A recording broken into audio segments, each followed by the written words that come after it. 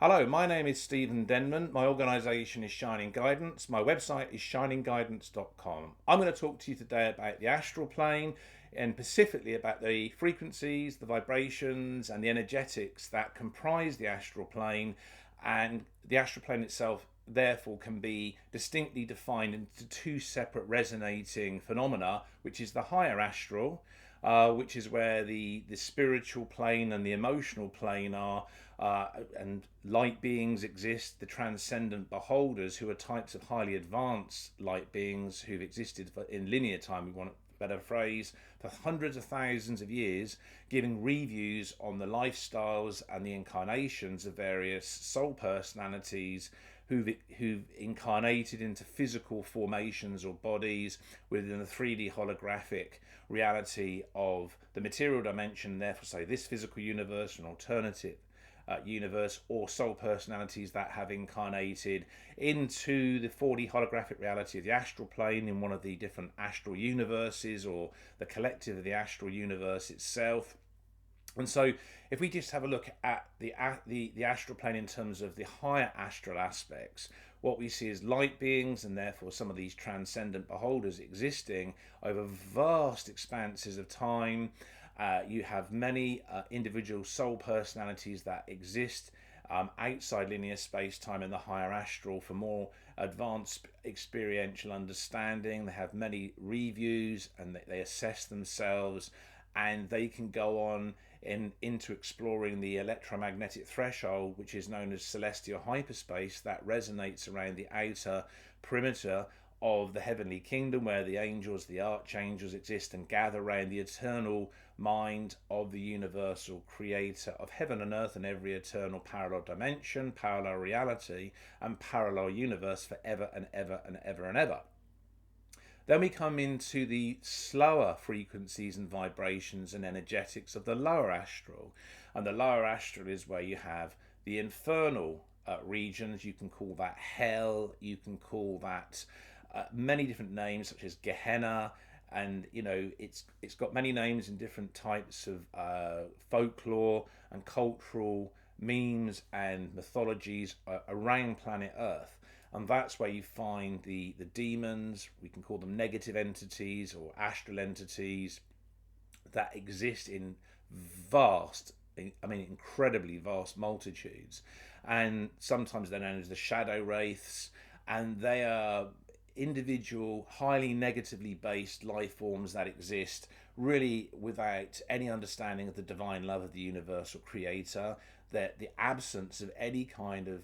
conceptualized divine love within those various life forms in the lower astral and infernal regions is really centered about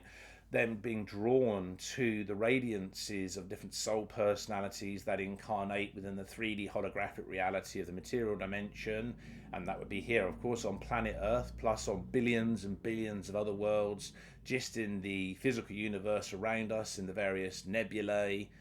and therefore the galaxies and the planets and moons, therefore, that are orbiting the stars in those various galaxies. So we can see there's two very polarizing aspects in terms of existence through incarnation processes in both the higher astral and the lower astral, and the actual topography, the frequency, vibrations, and energetics of the higher astral as opposed to that of the lower astral. But there are some commonalities between both aspects, one of which is much of the, shall we say, ground level topography across the open planar regions. You can call them, I suppose, luminous fields, luminous meadows. There is a checkered pattern effect with various checkered patterns of purple and golden squares, and sometimes purple and silver square grid-like patterning in the higher astral, in the various aspects of the spiritual plane and emotional plane of the higher astral. You also get the same kind of checkerboard, checkered flooring effect in the lower astral and the infernal regions. The colouring is very different, it's much darker. The actual resonances are more condensed, and the colours are much more in a sort of reddish or orangish hues and tones. And there is actually etheric or ethereal flames, ethereal fires that burst, the energetic bursts of condensed streams of energy, and these various demons, or shall we say negative entities or astral entities, and they can sometimes be called plasmic entities, thrive in such condensed fear-based environments, and all of it's being specifically designed within the eternal mind of the universal creator for specific incarnational and experiential purposes for different soul personalities to understand, to reflect upon, to interact with. If you want to look at it in linear space-time terms, literally over billions and billions of years, and therefore over thousands of incarnations where the soul personalities are entering into physical biological forms or bodies within the 3D holographic reality of the material dimension, and in other incarnations as part of their incarnation cycles they're incarnating in much more ethereal forms.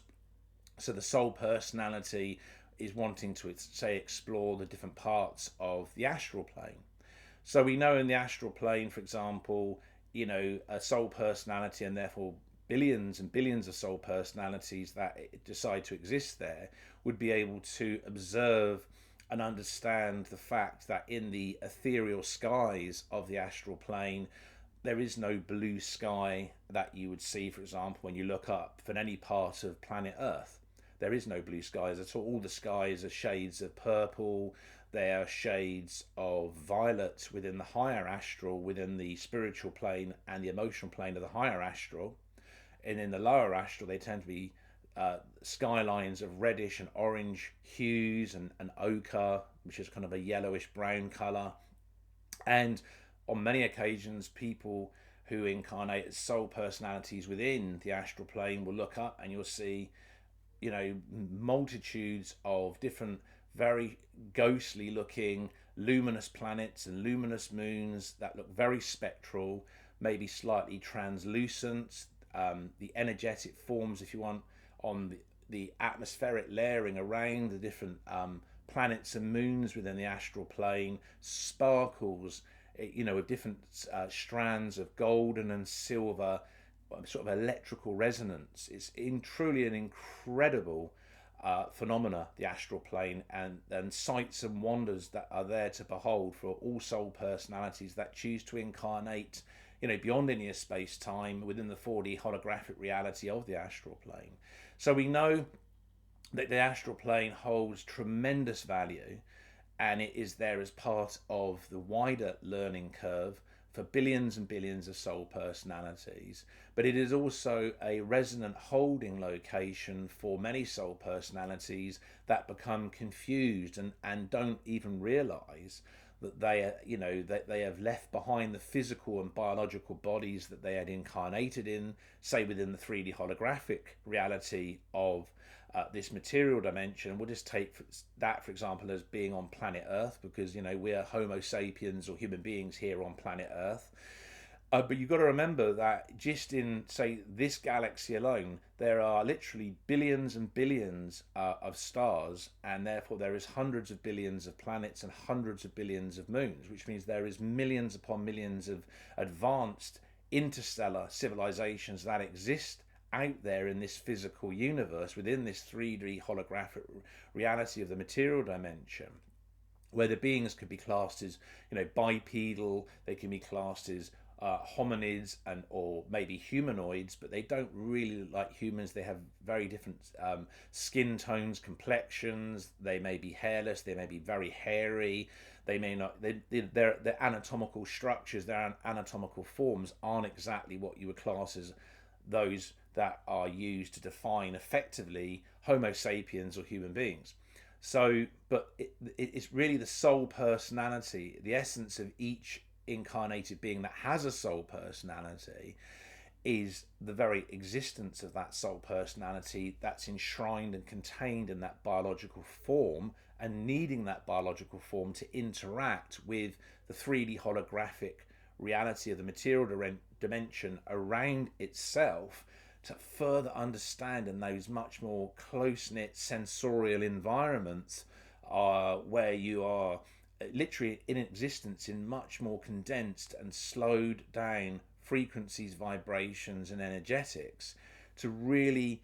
kind of sense and know and understand the extremes of positive and negative emotionality that really define the complexities of what a Homo sapien or a human being is here on planet Earth.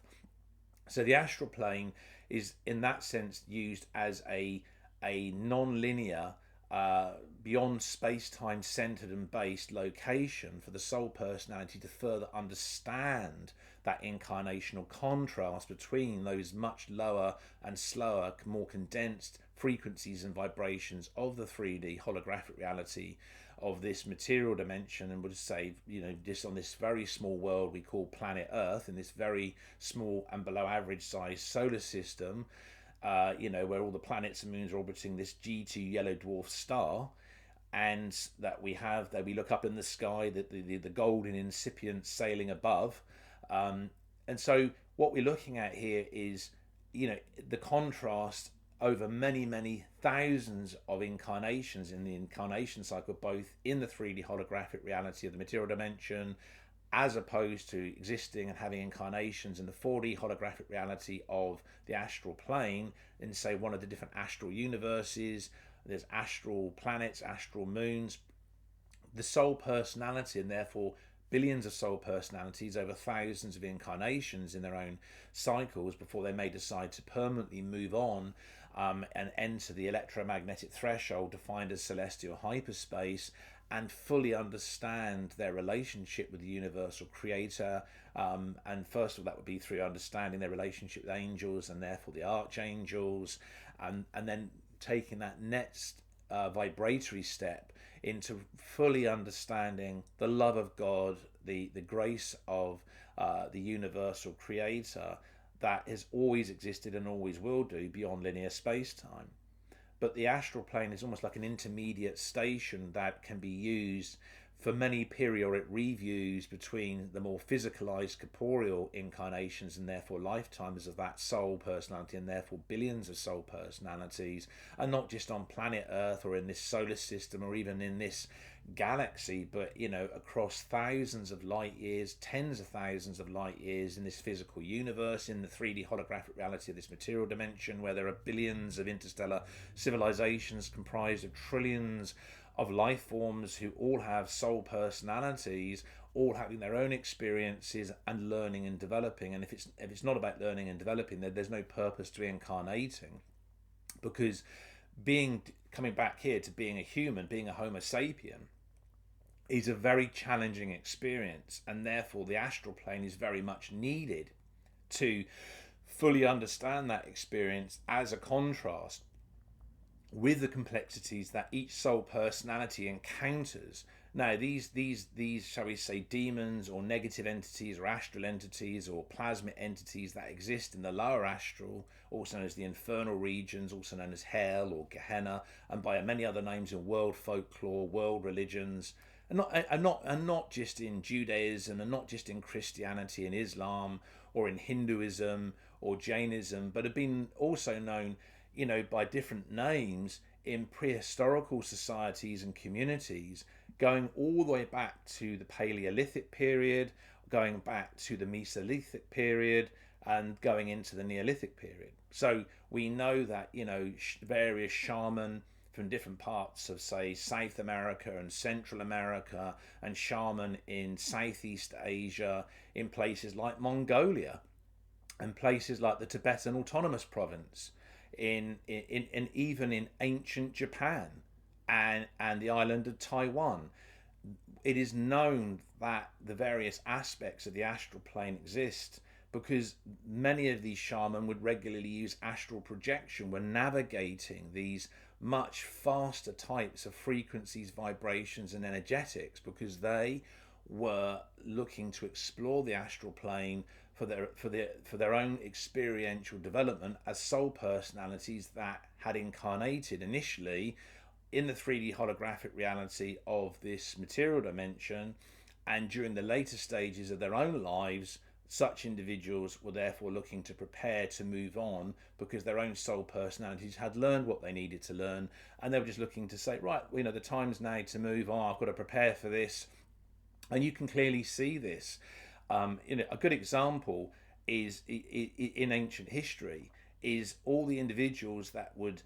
gather the local community of tribal peoples together, and they would sit around, a sacred fire on a periodic basis. Their temples and shrines was the open spaces, was the various stars and therefore the constellations of the night skies above them. You didn't have street lighting, you didn't have these giant urban metropolises and, residential and commercial buildings, all the light pollution. So,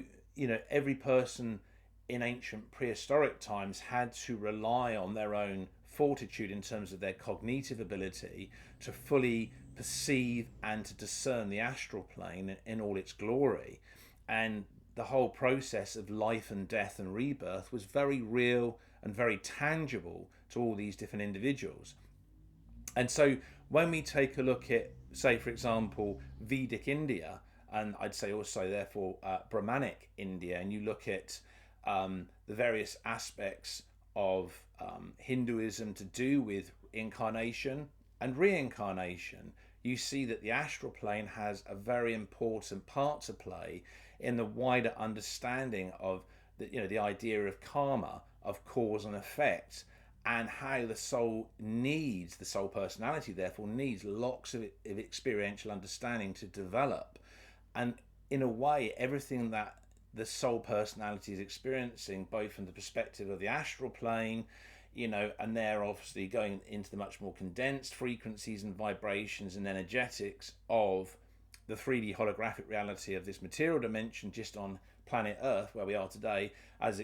existential Homo sapiens or human beings,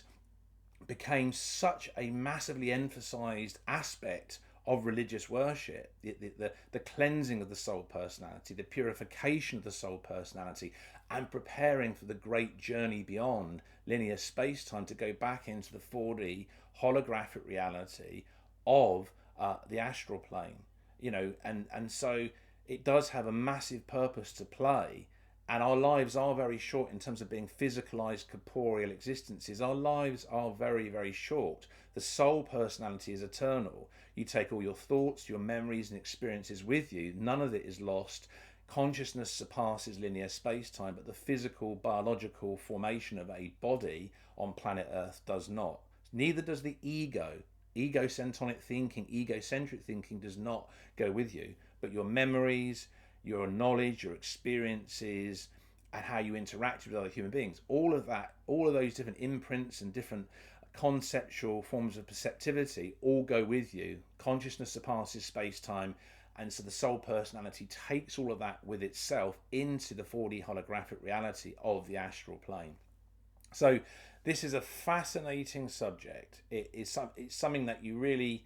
you look at and you go, wow, this is just incredible when you actually fully understand this. And you have to understand that individuals like Paramahansa Yogananda, an incredibly famous Hindu-Indian monk from India, in his book Autobiography of a Yogi, goes into great detail about his journeys and explorations within the astral plane while he was doing meditation. So we know, for example, from him and the various spiritual teachers he's had, plus many people in the modern area of research into astral projection, experientiality within the astral plane, have really gone into great reflection on, everything to do with the astral plane. So another person would be Manly Palmer Hall, for example, an incredible esotericist and occultist who wrote many fantastic books, did huge amounts of research, and a truly profound individual who made a tremendous contribution to understanding the essence of the astral plane, as did Rudolf Steiner, incredible individual, and his various research and works on the astral plane are very valuable, are very credible, and are very useful to further understand your own individual place and importance within the astral plane. So yeah, it serves a tremendous purpose, and you should understand that, and I think all of us do, who are fascinated by this subject. And so the main aspects to take away from this presentation I am giving is the contrast, the frequency, vibration and energetic contrast between the 3D holographic reality of this material dimension, where billions and billions of soul personalities consistently incarnate into, in the much more condensed vibrational holographies around them, and then how over maybe the space of maybe hundreds of incarnations decide they want to spend time in much faster frequencies and vibrations and energetics of the 4D holographic reality of the astral plane, exploring astral planets and astral moons for their further development and understanding and discernment. So it serves a tremendous purpose, and the astral plane is something that you should all go and research more about and understand that, vast amounts of the life forms in the ethereal based ecosystems there, which shimmer with incredible spectral luminosity, also incarnate both in the astral plane and can also then incarnate into the material dimension and vice versa, over literally thousands and thousands of different incarnations over literally aeons and aeons of time. So it's a truly incredible phenomena. And I thought it was important to kind of give this presentation on this subject, because I don't feel enough is said about the astral plane and the relevance of its purpose in terms of the spiritual and emotional development of different soul personalities, and how that can help them to further understand their relationship with the universal creator of heaven and earth and every eternal parallel dimension, parallel reality, and parallel universe forever and ever and ever. So, I do hope and I do intend that the information I've conveyed here can prove to be useful in your own learning, in your own education concerning the astral plane and what's contained within the astral plane, and how you can use the understanding that you can gain of the astral plane to further improve your lifestyles and further encapsulate and perceive how important your own incarnations are here as Homo sapiens or human beings within the 3D holographic reality of the material dimension. So I'm going to bring this talk to an end now, and so thank you very much for listening and watching. It's been a pleasure to present this information, and there'll be plenty more video content to come in the future. And on that note, I'm going to say take care, everybody, and I'll speak to you soon.